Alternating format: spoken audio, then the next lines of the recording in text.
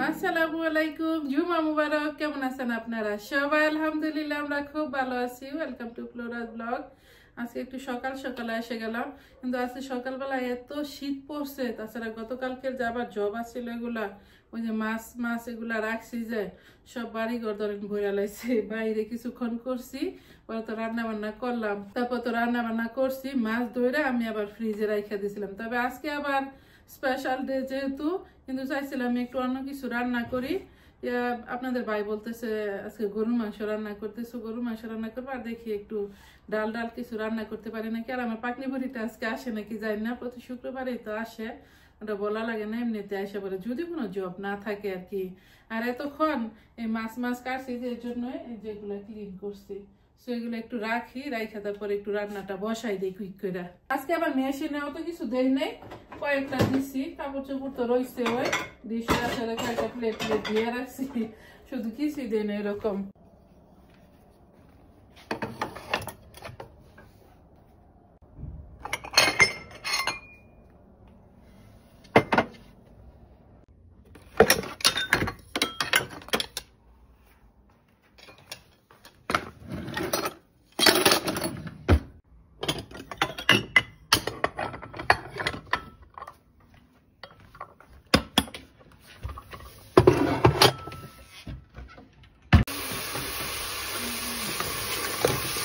মাংসের মশলা এখানে কষায় নিচ্ছি, আপনাদের আর দেখায় নাই আজকে।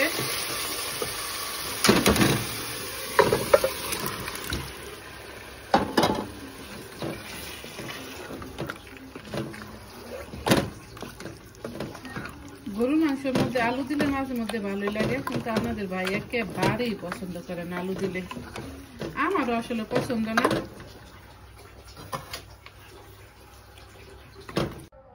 খ্রিস্টান দেশে থাকলেও আমাদের বাসা থেকে কিন্তু আবার আজান শোনা যায়, দেখছেন? এর থেকে আনন্দের আর কি আছে। আমাদের এই যে বেডটা এখানে রাইখা দিছে, দোকানে নিয়ে যাইব আর কি। সিরা সিরা গেছে, আবার কেউ তো থাকে না আবার ওখানে, তারপরে দিয়ে রাখতেছে। এটার ভিতরে কি আনছো, কি বলে, গোবর? ওকে, আমাদের ভাই আবার নিয়ে আসছে এই যে ছেলেটাকে। আবার পার্টিশন দিতেছো কেন? দাও, পার্টিশন দিলে ভালো, শাকসবজি উঠাইতে। এটা লেবেল করা হেন নিচা হেন উষা, তাহলে তো এটা লেবেল তো আর করলা না দেখি। যখন শীত সিজন আসিল তখন আবার ফেলাই নাই, কি বলে, শাকসবজি কিছুই ফেলাই নাই। ধনিয়া পাতা, মূলা এসব তো হয়, তারপরে স্পিনাচ যেগুলো আছে এগুলা, এই যেগুলো ডাস্টবিনের ভিতরে ফেলাইতো পাতাগুলো,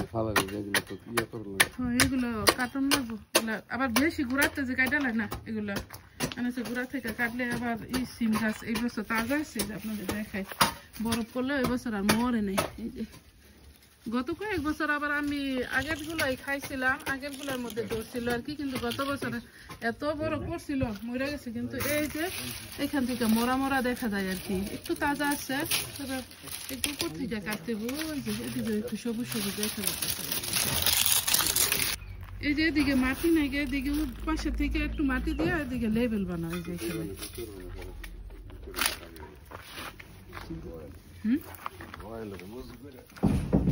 আজান তো দেওয়া লাগছে, যাও মসজিদে। তুমি কি সবজি বিছি আনছো? তো ফালাইব কি? আমার ইয়ে আছে, পালং শাক আছে, পালং শাকের বিচি আছে, এগুলো ফালাইতে পারবা।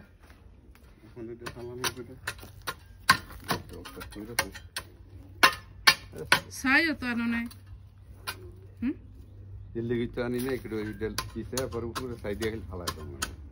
ছাই গোবর একসাথে দিয়ে এটা মিক্স করে দিত, পরে তুমি খালি করতে এনে ফালাই দিতে, তাইলে তো যেত পারফেক্ট হইতো।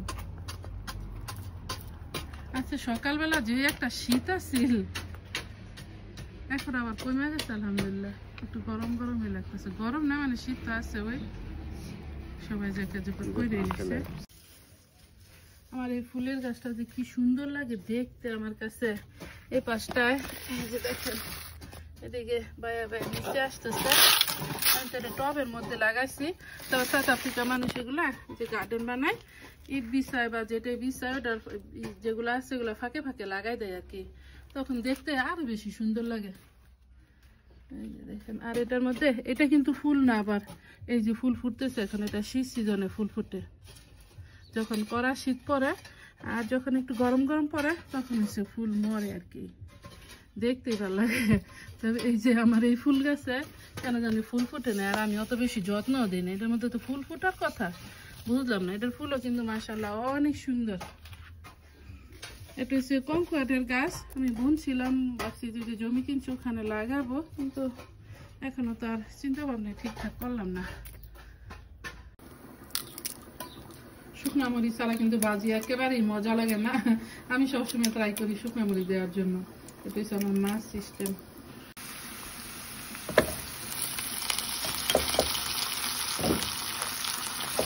আলু ভাজি আপনাদের বাইরে আবার ইয়াসিরা অনেক পছন্দ, আপনাদের বাইরে আরো বেশি পছন্দ, কিন্তু অনেক ভাজা ভাজা করা লাগে।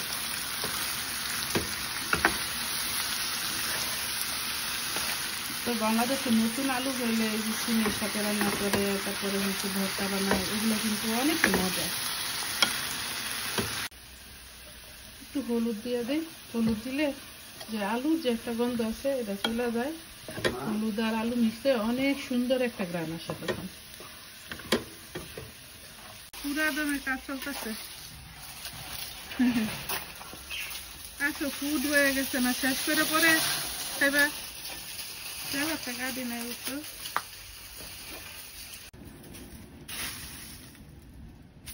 এই গাছগুলো রাখতেছি, এগুলো হচ্ছে আবার কাঁচা, এর জন্য শীতটা চলে গেলে সাথে সাথে আবার ডালপালা মেলায়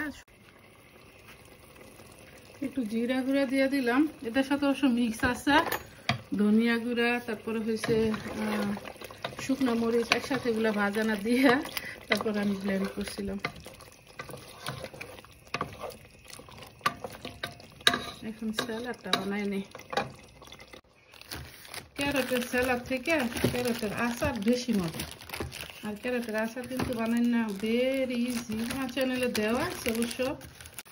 আমি আবার যে কোনো আচার বানাইলে এগুলো কাঁচাগুলো বানাই, লাইক কেবিজ, ক্যারট, এগুলো যা যা আছে সব কিছুই।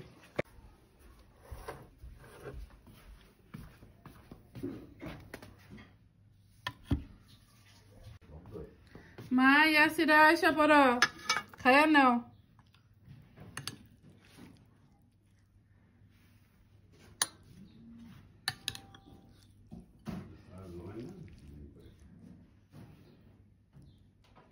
মেবি হইতেছে না, অলিভের সাথে খাইবা? অলিভের সাথে খাইতেছি বাজি। সোডা এক চামচ নিচ্ছে না, এটা তোমার দিতাম তো, এটা অলিভের সাথে না, তুমি সালাদ খাইবা? দেও খাই, সমস্যা কি, খাওয়ানোর জিনিস। সালাতের লগে তো খাওয়া যায়, অলিভ তো সালাতের লগে খায়। হ্যাঁ অলিভ তো খাই সালাতের সাথে। একসাথে আমি এটি তো জিজ্ঞেস করতেছি যে তুমি কেমনি খাইবা নাকি। কবে রুচি শেষ হয়ে যায় ঠিক নেই নাকি? হ্যাঁ।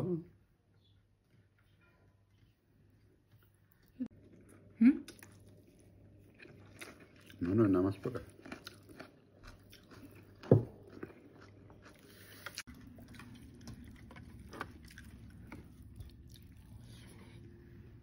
তরকারি কেমন হয়েছে? ভালো হয়েছে? আমি মুখে দিছিলাম, খাইছিলাম 2 পিস, আবার আগে লবণ দিই নাই, ভুলে গেছি আর কি, পরে চিন্তা করলাম যে একটু খেয়ে দিলি তাহলে লবণ যোগ করে দিলাম।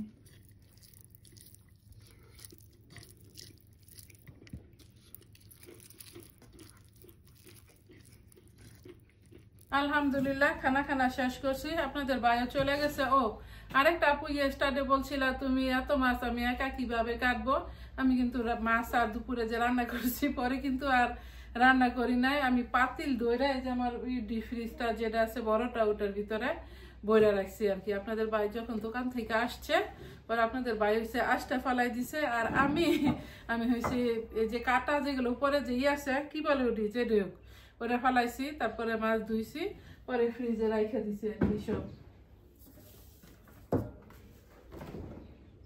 কোনো কাজ হলে যা আসলে একা করা লাগে বিষয়টা এরকম না, আপনাদের ভাই সবসময় হেল্প করে। আবার চলেন মাছগুলা দেখাই আপনাদের।